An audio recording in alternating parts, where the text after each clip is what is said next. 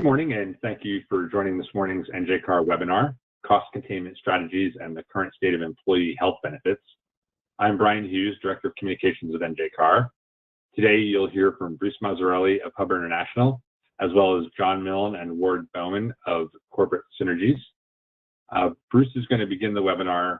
Usually we'd have Lou Young from Witham. He wasn't able to join us today. So Bruce is going to begin the webinar with a very brief overview of the latest NJCAR Health Benefits Report.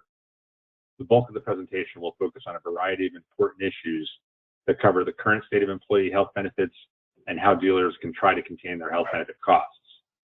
Before we begin, I just have a few quick housekeeping details. On the right-hand side of your screen is a control panel. I'd like to point out the questions tab in particular. During the call, all participants will be muted. If you have a question during the presentation, we ask that you write it down. We'll give you a 5-minute heads up when the webinar is winding down, and you can either submit your question in the questions tab if it hasn't already been answered, or we may even try, you can digitally raise your hand. We can try to unmute you and let you ask your question live.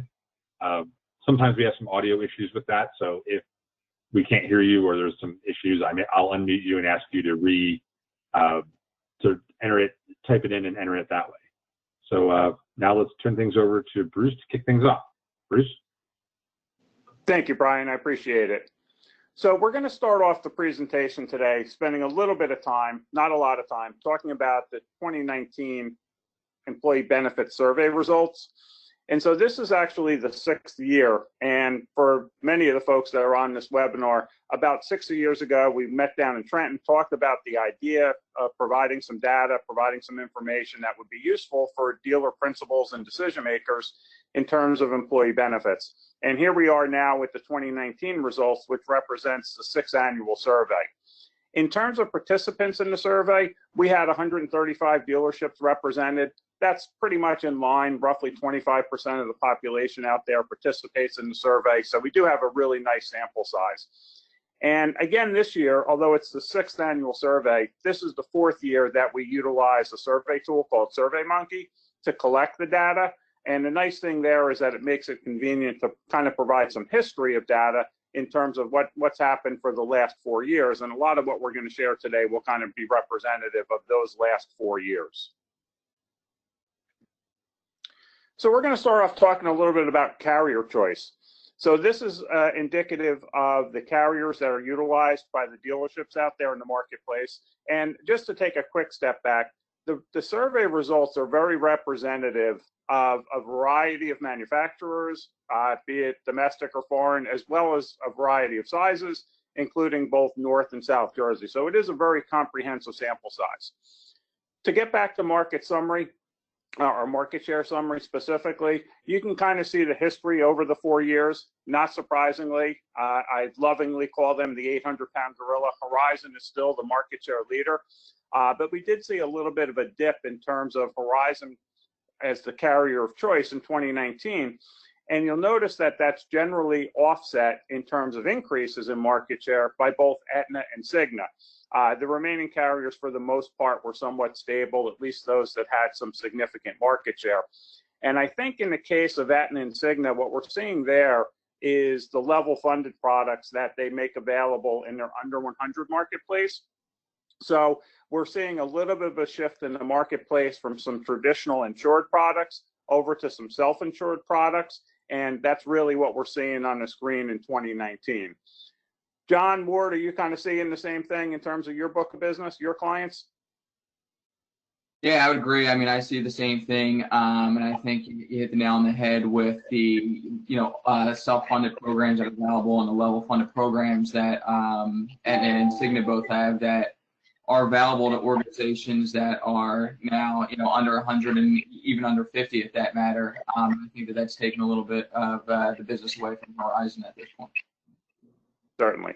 I agree, Bruce. We're also going to be interesting to see how the shift is next year, whether Aetna continues to grow its market share. Fair point.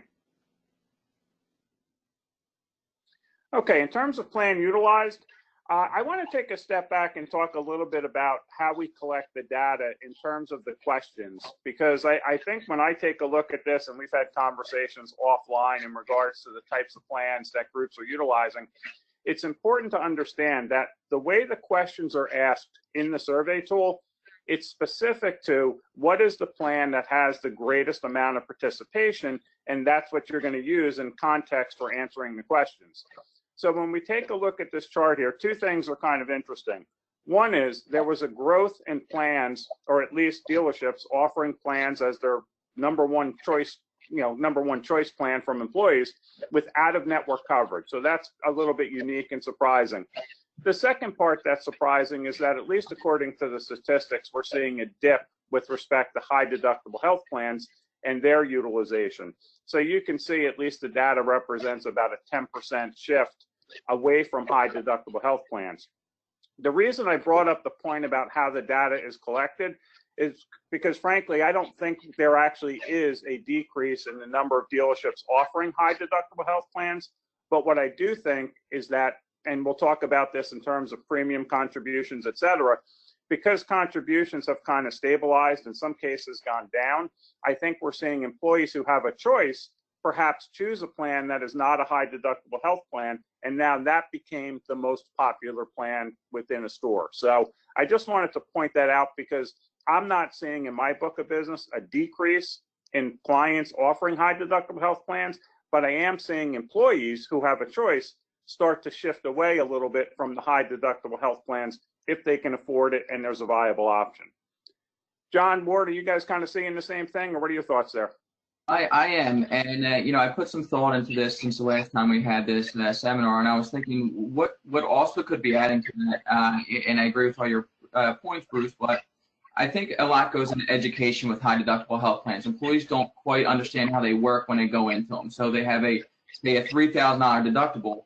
When they go to use the plan, they may not quite understand it. It feels like they don't have insurance till they hit that $3,000. So I think the key to these types of programs is making sure that up front they know how they work and that they realize that they are getting the premium savings up front, and the purpose of that is to use hopefully those savings and premium dollars for your out-of-pocket, your additional out-of-pocket expenses that you're going to have to use them. So I think education is really big, and if an organization's not educating properly, the employee's going to have a bad experience with one of these high deductible health plans, and maybe you're seeing that reverse migration into the traditional copay plans. I would agree. Certainly education on those plans is important, or you're never going to be successful with them.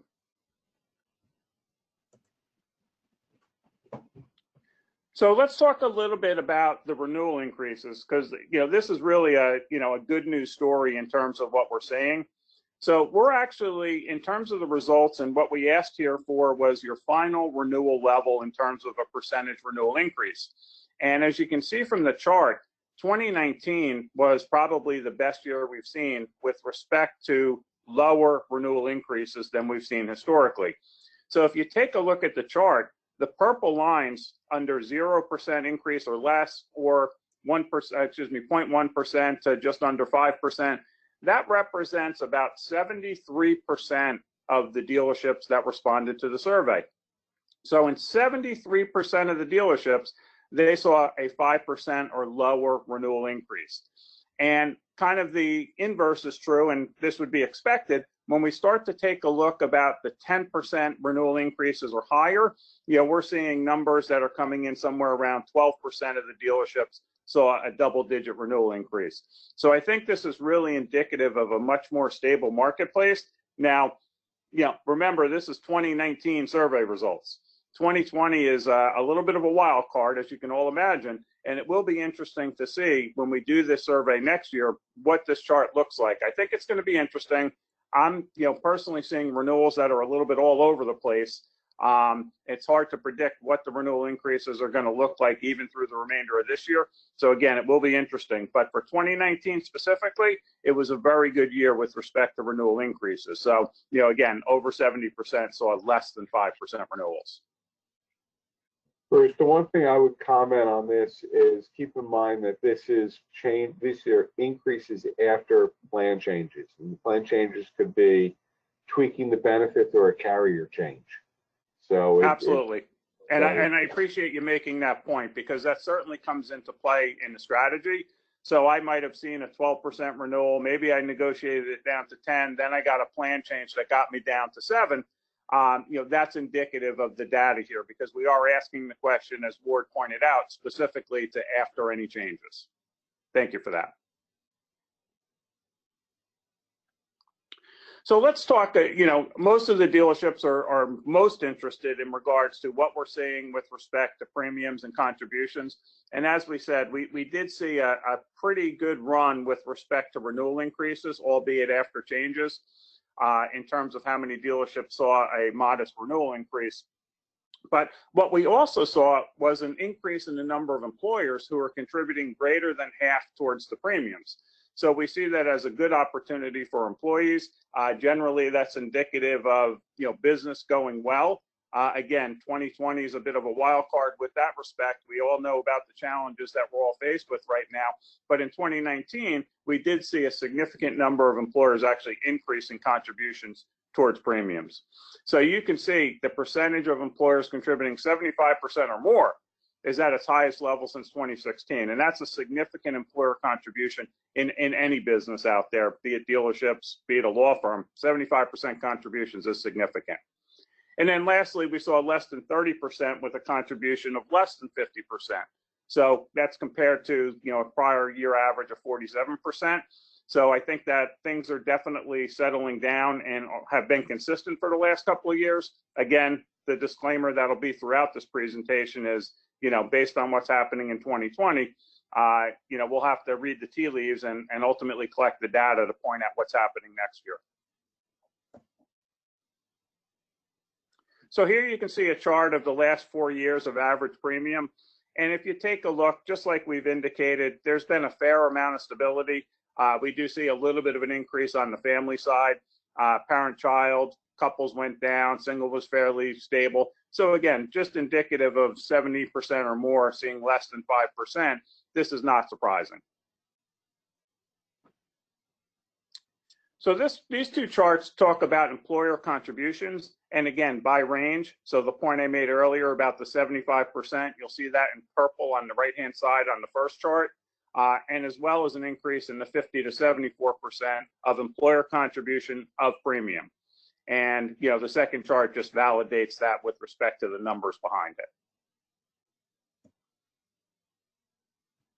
Here we see with respect to the employee side of contributions. Again, when we compare the numbers today to 4 years ago, we are seeing a decrease, excuse me, with respect to contributions.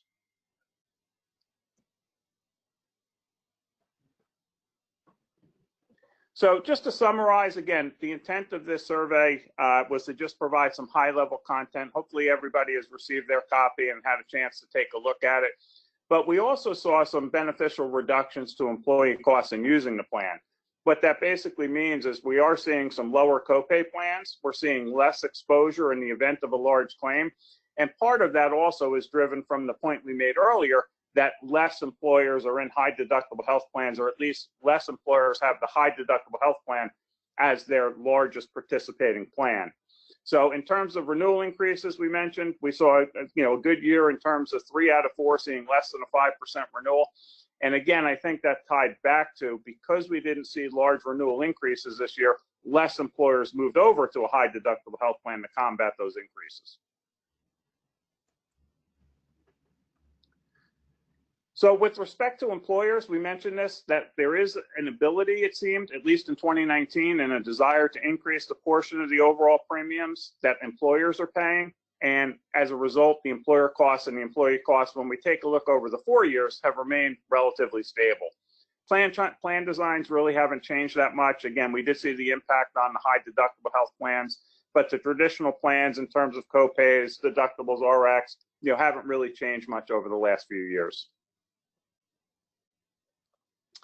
So I mentioned on the front end that this year, different in the survey, we actually asked the respondents to tell us, and we gave a list of, I think, 8 or 10 different topics that we thought would be interesting.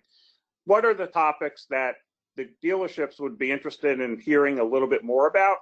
So rather than what we've done in the past, which is spend a lot more time on this survey, we're going to spend time, myself and John, focusing much more on the pertinent topics that you had requested in terms of those folks that responded. So that's where we're going to spend the bulk of our time today. So now I'm going to turn it over to myself.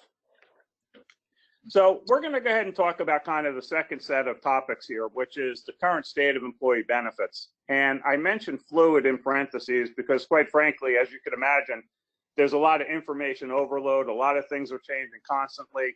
We've gone from addressing eligibility and participation now to addressing, how to effectively get back at work. And obviously that creates a lot of challenges. But there are some core things that are happening with respect to employee benefits that are very important to understand, because some of them in particular are going to create some challenges managing them going forward. So probably when things first started with respect to the pandemic, the eligibility and participation rules as it relates to eligibility was probably the #1 question I was receiving from employers and from my clients. And really what it related to is, my employees are not actively at work, but I'd like to keep them on the plan. Can I do that? Well, fortunately, the carriers created that opportunity by relaxing the eligibility in terms of actively at work. So employers were able to maintain their employees' health coverage, at least continuing to contribute the employer portion at a minimum. And those employees, even though they weren't actively at work, were allowed to remain on the active plan, eliminating the need for COBRA in that situation. So that was something that was very important, and I think allowed employers to more effectively manage their employee bases. With respect to the impact of COVID-19, the medical carriers are covering 100% for the treatment costs, even in a high deductible health plan. Now, this is a fully insured health plan, to be specific, but the testing, the diagnosis, the treatment on insured business is all being covered at 100% by the carriers. Now, that's a great thing for the employees, of course, but keep in mind, as an employer, if you are experience rated, you may be seeing a little bit of an uptick in claims, whereas an employee might have had cost sharing. That doesn't exist even in a high deductible health plan.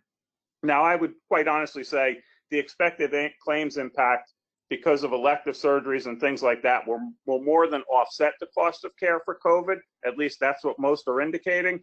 But just keep in mind, in an experience rated plan, you could see a little bit of an uptick in claims.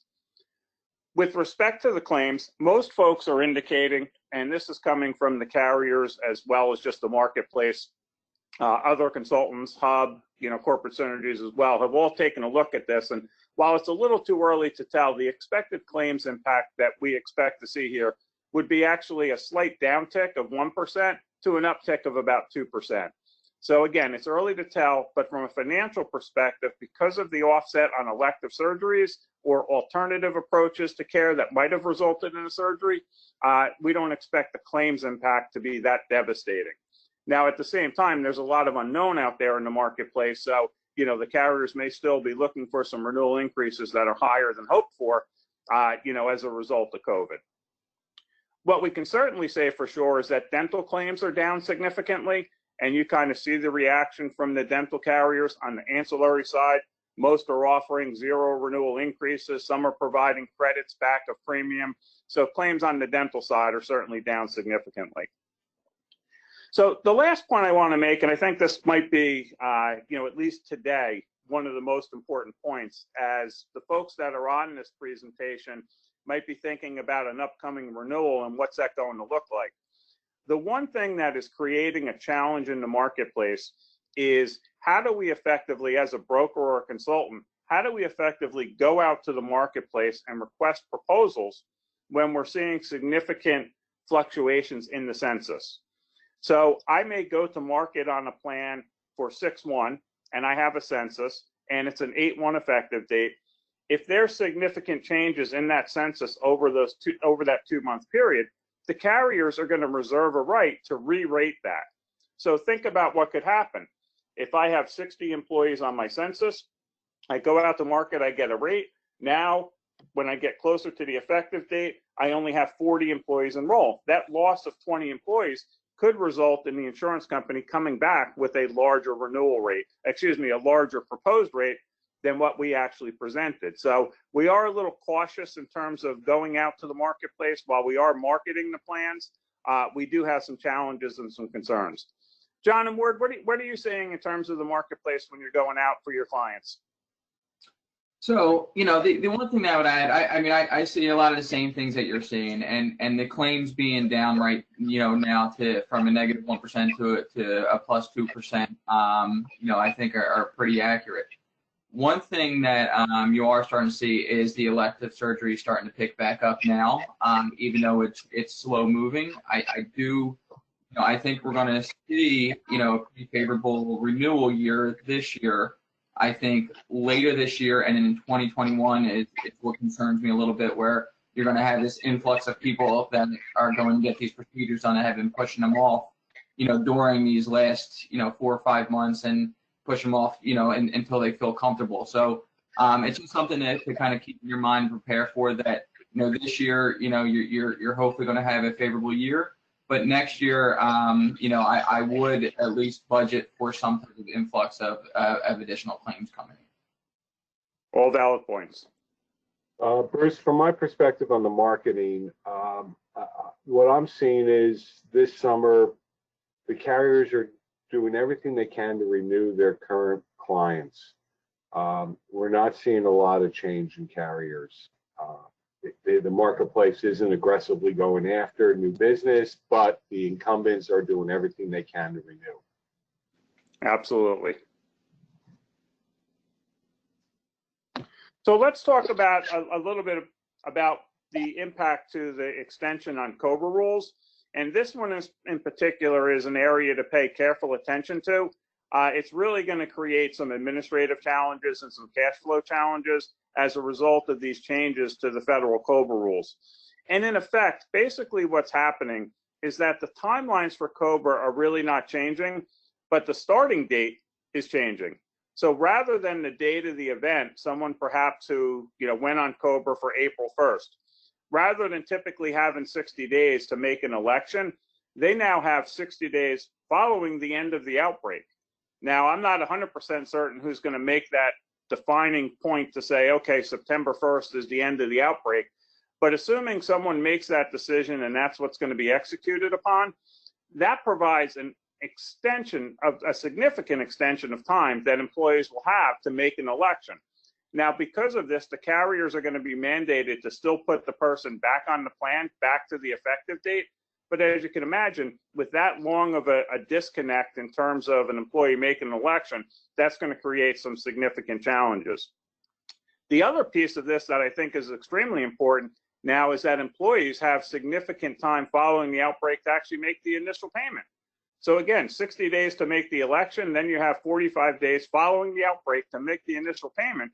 You could have folks making their first COBRA payment, 4 or 5 months out, as opposed to the standard shortened time frame to be able to make those decisions and make payment. And then lastly, employees who are currently on the plan, and this one again is of concern, employees who are currently on COBRA have 30 days following the outbreak to make their subsequent COBRAs. So the question becomes, for that employee who's on COBRA, getting services and not required to make payment until after the outbreak, who pays the premium? Well, it's going to be incumbent upon the folks that are on this call to continue to make those payments to the carrier to keep that employee active. You could imagine if this goes on for a long period of time and employees who are, taking advantage of COBRA, they have the benefits but not making their premium payments, that's going to create some significant challenges in terms of having to put that money out and hoping to recover it.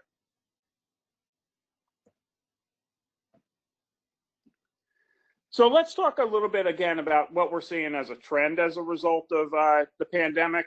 And certainly, and this is probably first and foremost, we're seeing significant growth of telemedicine and virtual appointments. And this I see as a real positive. We're seeing a tremendous shift in the marketplace in the utilization of telemedicine and virtual appointments. And in addition to that, during COVID-19, carriers are covering telemedicine 100%. So when an employer has an experience-rated plan and their employee uses telemedicine, there's going to be no hit to claims. And if that's in lieu of a doctor's visit, again, that's going to be a positive impact with respect to the claims. There's also no disqualification of HSA rules. So even though it's 100% coverage when traditionally no benefit other than preventive care would be covered at 100% in an HSA, In this instance, it can be covered at 100% and will not disqualify an employee from maintaining a health savings account. Now, a little bit different than telemedicine is virtual visits. And again, here we're seeing a tremendous uptick again. You can see that, the point listed here is often it's the only option to see your doctor. Speaking personally, I know the doctor for my two daughters is still not open yet. Now, I'm imagining that's going to happen soon, but here we are several months later, and the only option for my two daughters to see their doctor is to do it virtually, to do it under a FaceTime.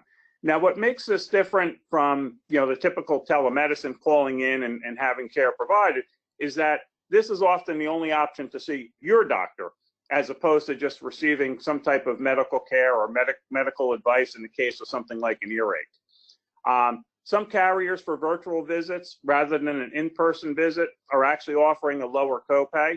I'm sure that's in lieu of the carriers having a different level of reimbursement with respect to a virtual visit. But again, I think what's going to happen here long-term is that this will have a positive impact on future premiums. Let's also spend a little bit of time talking about premium relief, because this is some news that, and I think there's going to be more news coming. Cigna recently made I put a communication out there to the marketplace about premium relief. So there's premium relief really is two categories. The first category is the payment of the actual premiums. And most states, and this is generally falling under executive orders from a governor, are extending payment flexibility, often with a grace period of 60 days or more. Depending upon the carrier, it could look a little bit different in terms of what the timelines are to make those premium payments. But by state law, here in New Jersey, at a minimum, the grace period was extended from 30 to 60 days to provide a little bit of an opportunity in terms of getting finances in order to be able to pay these premiums, when obviously the revenue side of things are down significantly. And again, knock on wood, hopefully those are coming back strong.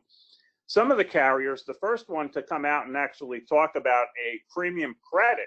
So this is not a rebate from the Affordable Care Act. This is actually a premium to credit.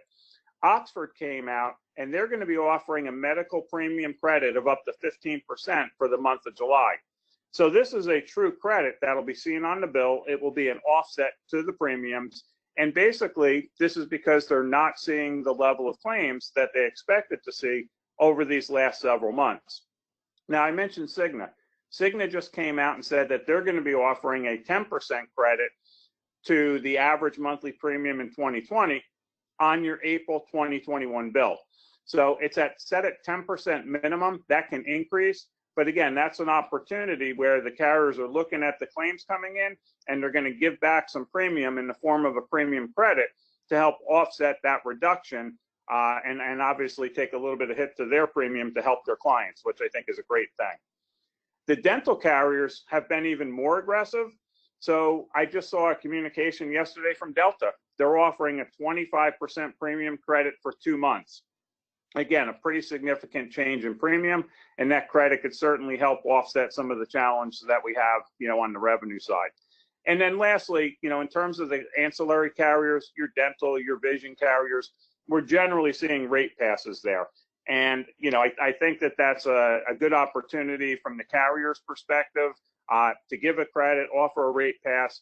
And to the point that Ward made earlier about carriers doing everything they can to retain business, these credits, these rate passes, are certainly going to play a key role in regards to maintaining their current book of business as they're experiencing the same challenges that many of us are.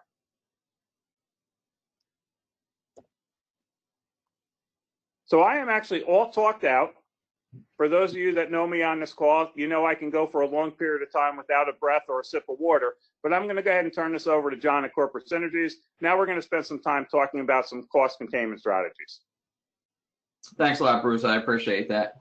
So I'm going to go through a couple of the cost containment strategies that came as a direct result from the survey. So these are topics that you all have voted on, and we picked the top 4 that were on the list. And what we did is break it down into what's hopefully actionable items that everybody can take back and implement within their own organizations. what you will see is a recurring theme of both healthcare consumerism and then education on how to make your employees better healthcare consumers, because the better of the consumer your employees are, that's going to reflect directly on your premiums in future years. So the first topic we'll talk about is controlling pharmacy costs. And there's, broken down into what your employees can do and then what you can do as an employer. So, we'll start with what your employees can do. The very first thing all of your employees should be doing is asking for generic drugs whenever they're prescribed something. About 85% of drugs all have a generic version that employees can take. And right off the bat, you're going to save significant dollars by using a generic drug over a brand name. Mail order. I mean, now mail order is probably more popular than ever, where people don't want to go into the pharmacies. They don't want to go in the store. So, it's more convenient, first off, plus there's going to be a savings. Employees are going to pay for basically they're going to pay for 2 fills of an order and get 3 of the fills. So basically you're going to get 3 months supply for a 2-month supply payment. Every employee should be looking for, prescription coupons and discount cards. You can go direct to manufacturers to get some of these coupons. The best way to do it is even going to just Google and typing in the drug that they're using, the dosage, and then coupons or discount cards. And they're going to see, coupons from 50% off up to 90% off that you may see. And a lot of times with these two is that the coupon, it will, they have to take a look to make sure what the fine print of the card says. But the full cost of the drug may actually count towards their deductible, even though they'd be paying a fraction of that price. So it's a win-win for the employees, twofold, for both getting the credits for the deductible and also paying less for those prescriptions. Some of the shopping tools, like I said, Google is always the best, but Needy Meds, GoodRx, Blink Health are just some other really good, resources that your employees can take advantage of. GoodRx is a great one where you just type in the medication and it'll tell you which pharmacy has it the cheapest. These are all great programs for anybody that's especially in a high deductible healthcare plan, where they're paying basically the full cost of those prescriptions. Last thing is at retail store discount programs. So a lot of employees don't even realize that these exist, and they're programs that are offered by a Walmart or a ShopRite or a Costco, where there'll be free medications. Like ShopRite has one where they do free diabetic medications, and they'll give them to you free cost. You go in the ShopRite and you get them, for no charge. And the reason those organizations will offer those programs is they want people shopping in their stores. They know if you're going to go and get your fill at ShopRite, you're probably going to pick up a few items when you're in the store as well. But I think that the big takeaway here is educating your employees that all of these different programs exist, because they're going to lower the cost for them. And, obviously if they're better consumers and they're lowering their own costs, hopefully, it's going to reflect back on the plan, especially if anybody's on maintenance drugs and they can't afford them. So if they're not taking their maintenance medications, that's obviously a ticking time bomb for a future claim. So you want to make sure that they're getting their medications at a reasonable cost.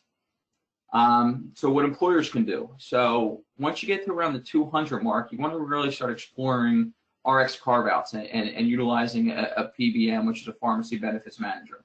There's a lot of savings. There's a lot of flexibility when you can carve out those medical programs, and you can see significant savings by doing formula reviews, contract negotiations around different PBMs, utilizing things like STEP programs, and drug access controls. You can actually say, hey, we're not going to offer this drug on our formulary list, or you have to go through these different programs to be able to get access to certain high cost drugs.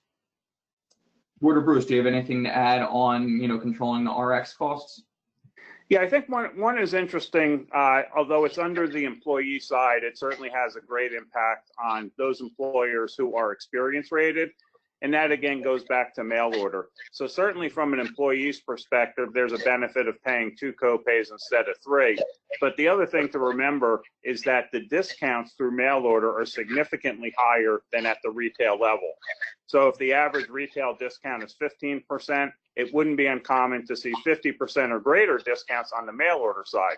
So in the end, what that means is a lower cost claim hitting the claims experience, which could result in a better renewal increase. And, you know, when you think about pharmacy costs today, it's not uncommon to see the proportion of pharmacy to the overall cost of the medical program, you know, be in the 30% range here. It's not always the case, but it's fairly common now to see pharmacy costs actually representing 30% of the overall cost of premium.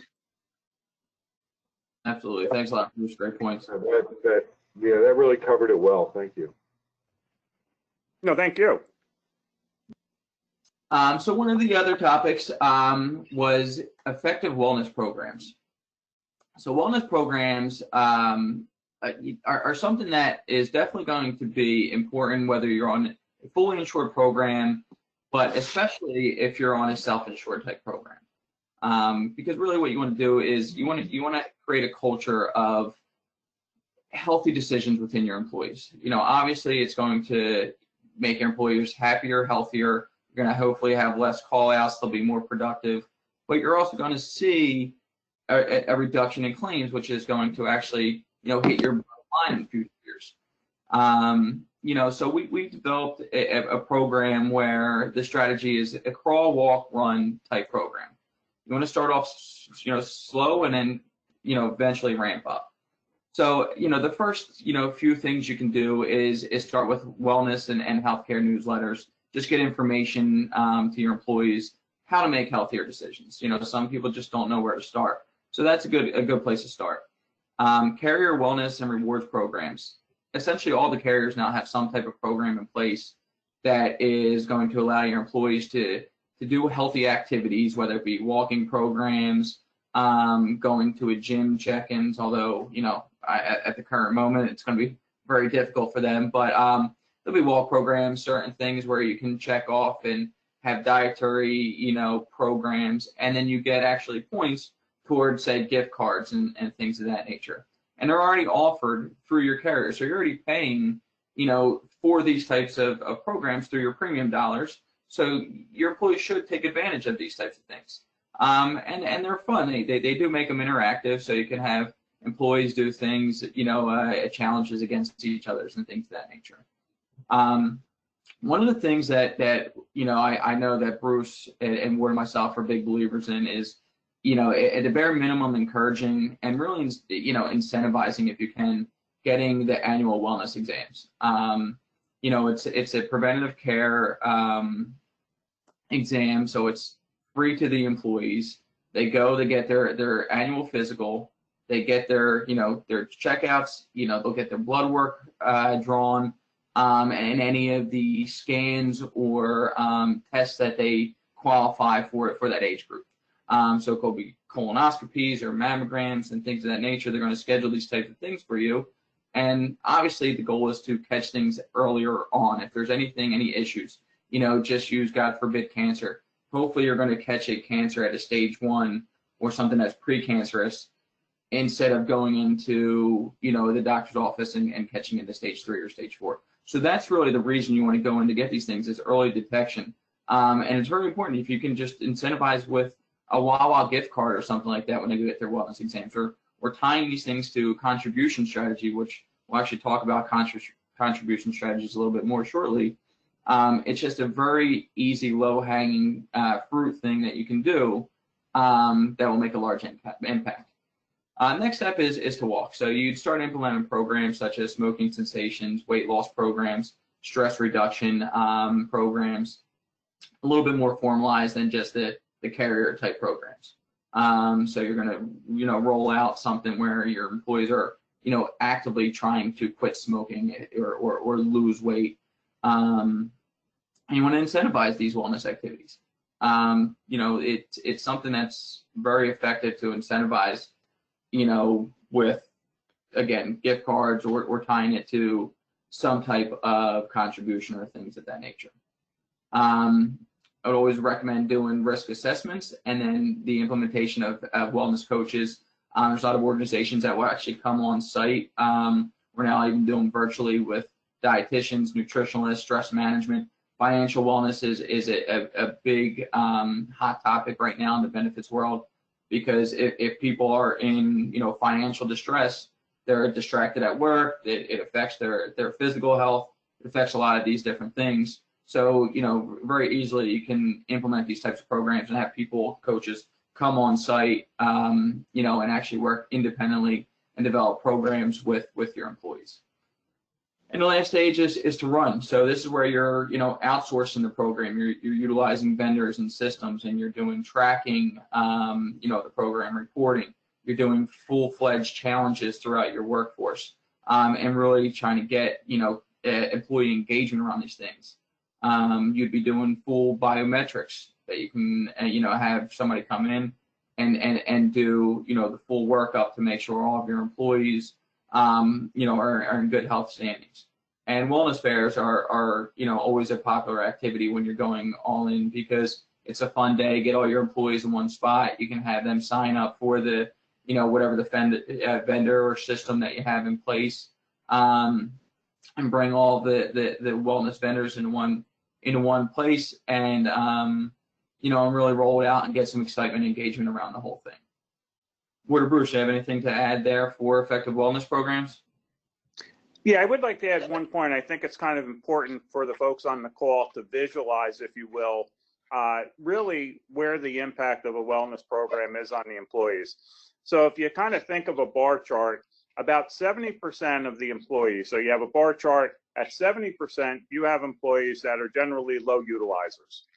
On the right-hand side of the bar, you're going to have your highest utilizers, generally about 5 to 10% of the population. Where wellness is most effective is on that middle 20% or so. That middle 20% or so are the ones who you want to impact in two ways. You want to keep that middle 20% from getting to the far right-hand side in that 5 to 10% of high claimants, and you want to try instead to move them down to the 70% of low utilizers. And then the second piece of that is to keep those low utilizers, that 70%, in that 70% category. The reality is it's often very difficult to impact the far right-hand side of this chart that I'm hoping everybody can visualize. With 5 to 10% of your employee population, you're probably not going to impact them if they're already there with a wellness program. But that middle 20%, you can certainly impact. Try to bring them down to the 70% and keep that 70% in that 70% category. That's a great analogy, Bruce. Agreed. Thank you. Okay, so we'll speak a little bit about contribution strategies. So this was something that came up in the survey results. There's a lot of different strategies and a lot of different things you can do with contributions. Right from the start, most employers you see will do a percentage of premium, and they'll do either straight or tiered. And when I say straight or tiered, it means one set percentage across all the tiers, being employee, employee spouse, employee and children, or families. So you might say we do 75, across all lines, and we'll contribute that. Employees responsible for 25%. When you do a tiered system, you can say, okay, we'll do 100% for our employees, but we're only going to cover 50% for the rest of the tiers, the employee spouse, employee children, and family tiers. Or you could do it, 100% for the employee, 75% for the children, and then do only 50% for spouses. Another thing that you could do when you jump down is implement something like a spousal exclusion or a surcharge. So if the spouse has access to their own health care plan, they would have to pay an additional surcharge to get onto the group health plan. This way you're not paying for the spouse's company to remove somebody from their plan. Another program that a lot of organizations are moving to is defined contributions. And a lot of organizations like these programs for multiple reasons. One of them being for budgeting, let's say, if you contribute $500 flat to the plan, then you know that you know what your budget's going to be at the beginning of the year. The $500 is going to come out of the employer's responsibility, and then the employee is going to pick up the rest. Where this also plays a big role is if you have multiple plan selections. So you say, okay, we're going to give the employee $500, and we have 3 plans, and one plan might be for $300, and they'll get that plan for free. One might be $550, they can select that plan, and they'd only be paying $50 out of their own pocket. And then you might have an $800 plan where the employee would pay up and they'd have to pay $300 out of that pocket. So that's where, those types of programs fit in really well, is it gives your employees, a bucket of money, and then they can choose what they want to purchase with that bucket of money and what they would like to buy up to.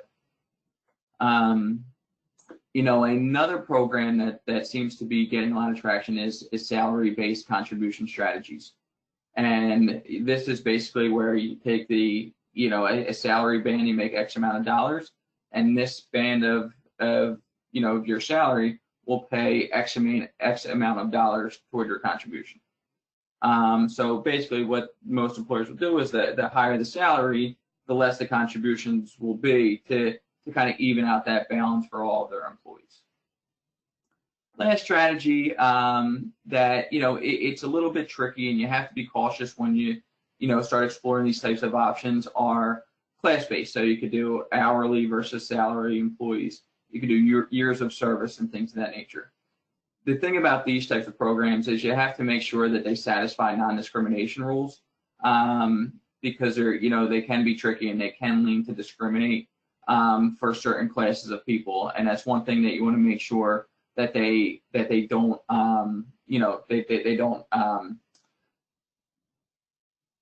they don't suffer any of those consequences from not hitting the discrimination. So there's a lot of different things you can do around contribution strategies, a lot of different options, and it's definitely worth exploring these types of things each year during your renewals. Ward or Bruce, do you have anything to add there? No, I mean, I agree with all these strategies, and certainly there's hybrids across some of the strategies that we're talking about. But just to be clear on the non-discrimination on the class base, because it is important.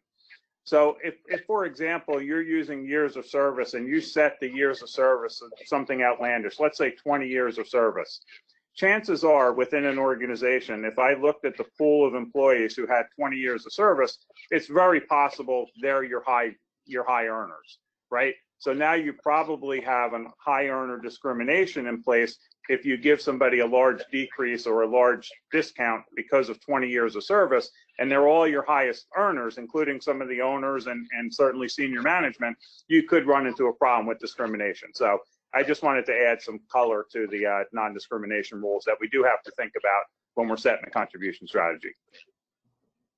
Absolutely. Thank you. I was going to mention is that all these strategies, as you mentioned, this is very high level. When you get into the weeds, you can really start to develop some very creative contribution strategies for any workforce. Absolutely, I agree, Ward. And I would assume, I mean, they're the kind of things that you probably want to talk to your broker or your provider before you make any decision on that, I would assume. Yeah, I was going to say that, but I thought I'd leave that up to you, Brian.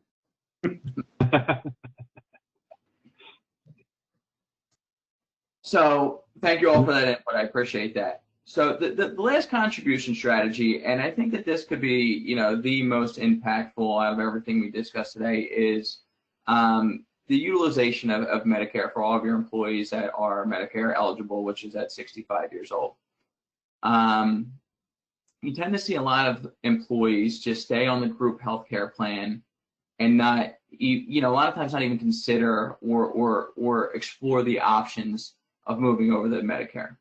So one of the things that we're going to talk about is the fact of just educating all of your employees that are, either currently 65 or older or approaching 65, and really making sure that they know all their options. First thing to point out is an employer can't force or incentivize employees to move off of the group plan and onto a Medicare plan. So you can't push them onto those types of plans. But through education, a lot of times employees will find out that moving to a Medicare plan will be more favorable to them, on a coverage standpoint, so out-of-pocket costs when they actually go to the doctors, and on a premium standpoint as well. So you're going to actually save a lot of money on a lot of, in a lot of cases by moving to a Medicare plan, but the employees don't even realize that because they've never actually been educated. They just assume, well, I'm going to stay on the group plan because I have access to it. So one of the reasons that you would want to educate these employees and get them to migrate onto a Medicare plan is it's going to make your census look a lot favorable. Bruce made a point earlier saying when you go and you get, when you quote your census, and if one census has, a lot of employees that are currently 65, and the next one removes 4 or 5 of those employees onto Medicare plans, and you're no longer quoting them, the carrier is going to quote that a lot more favorable because those 5 employees are now onto that Medicare plan and no longer on the employee census with the carrier. So you're going to see, a result in lower premiums for potentially the employee, better coverage for the employee, but then you're also going to see lower premiums for the employer as well, because it's going to be a younger census that you're getting quoted on. It's going to be just a better demographics, and you're going to potentially see an improvement in claims experience as well. One of the things to point out too is if you're an employer that has 20 or less employees, Medicare is primary insurance for all those organizations. So all of your employees that are, if you're under 20, all of your employees that are over 65 should go and enroll in Part B. If not, there's going to be significant gaps of coverage, and they're going to have to pay a lot more additional money when they actually go to use a plan. And even if you're over, 20 employees, the employee themselves, the individual that's over 65, should really get educated and do an analysis. Does it make sense for me to enroll in Part B?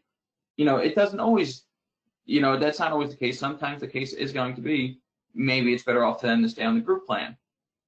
But you tend to see more so than not that the employees, they don't understand their options, and a lot of times we're seeing that Medicare plans are a better option for that individual, and it's going to be a better experience for both the employee and the employer, and have more favorable results if they move over to a Medicare plan in a lot of different situations.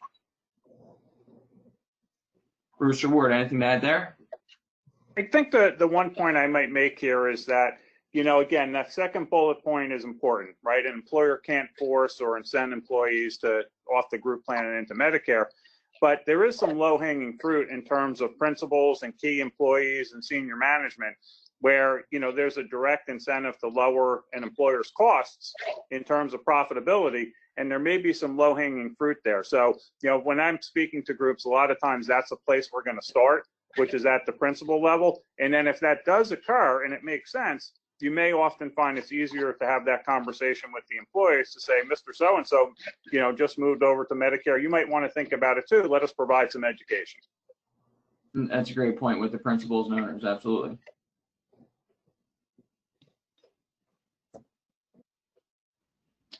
And that's all we have for today. Do we have some questions, Brian? We don't have any right now, but I'll tell everybody is you can either type, if you have any questions, you can either type them into the questions tab, or if you want to raise your hand, I think that's an option over there. You can digitally raise your hand. I could try to unmute you and see if we can hear anything. If we have any trouble, then I'll just ask you to retype it. So if anybody has any questions, we'll give them a minute or so. Do each of you, while we're waiting, if Bruce, Ward, John, I think I did this last time, pick one thing. If people will leave this meeting, leave this webinar with one piece of information, what do you want them to leave with? So we'll start with Bruce, since he hasn't talked in a while. Can you repeat that again? I'm sorry. One thing that you would, if people are going to leave this webinar with one piece of information that you don't want them to forget, what would it be? There's a lot of opportunity on the pharmacy side. So again, as John pointed out, that's generally going to be your larger group size. But if there's one area where there's, again, to go back to that idea of low-hanging fruit, I think pharmacy is an opportunity for the larger groups that exist out there. It could start with simple contract reviews. And, for the folks that can see me on the screen, think of the Wizard of Oz when they pull back the curtain and there's all these buttons and switches being turned and switched. And that's really what happens in a pharmacy contract. So you might think the best decisions are being made for you, but often that's not the case. So I'll give you an example, and I don't recall the name of the medication, so I'll say it generically, but there was a $60,000 prescription that was available in the marketplace that offered a $20,000 rebate. So if my contract says I've got to at least provide $25, per employee per month in rebates in my contract, I'm going to want to prescribe that $60,000 drug so I can get this $20,000 rebate to help meet my contractual obligation. Alternatively, there's a $20,000 medication that has the same outcomes. So if you think about it, why would you want a $60,000 medication prescribed with a $20,000 rebate, meaning it hits my claims by $40,000, when there's a $20,000 medication that has the same outcomes? Clearly, you'd want the $20,000 medication. But because the PBMs are set up as such with these contracts and all these levers that they keep switching, they're more than happy to prescribe the $60,000 medication to show you the $20,000 rebate in terms of what their requirements are. So again, pharmacy would be my number one point. Okay. How about you, Ward? Oh, T-Ward. Well, but I'll tell you, Brian, as I'm thinking about that question, what comes to my mind is things are more complicated now than they've ever been. That I think it's really important that your trusted advisor, your broker, consultant, and be able to really guide you and help you to bend the curve on these healthcare increases, because we all know that the increases we've had are not sustainable. So we really need to all be working together and working with somebody that you trust that is going to look out for your best interests. And then, John, I guess we'll wrap up with you. I don't see any questions. You guys must have really covered things well. And obviously, everybody, you see their phone numbers and email addresses up on the screen right now. So if you have questions you want to ask afterwards, you can reach out to them. So, John, we'll see what's the one piece you want to have people leave with, and then we'll wrap up. Yeah, I would say that, going over those results, I think the most important part is you saw the move into Aetna and Cigna and some of these level funded programs that are out there. So, I think at Renewal, you should at least be exploring those options. I mean, they're not the right fit for everybody, but I think that there's, it's definitely something every organization should be looking into. And a lot of things that we covered, today would help put you in a position, if you're not today, to be in one of those self-insured type programs, that it could help you. I mean, moving people off of, off your plan on the Medicare is one. Starting to put in some type of, basic wellness programs and, and controlling RX costs are all going to put you in a better situation to maybe be a candidate for one of those self-funded type programs. That's great. Well, thank you, Bruce, Ward, and John, and thank you to all the participants. That concludes today's webinar. Thanks a lot. Everybody stay safe. Thank you, everyone. Thanks, everybody.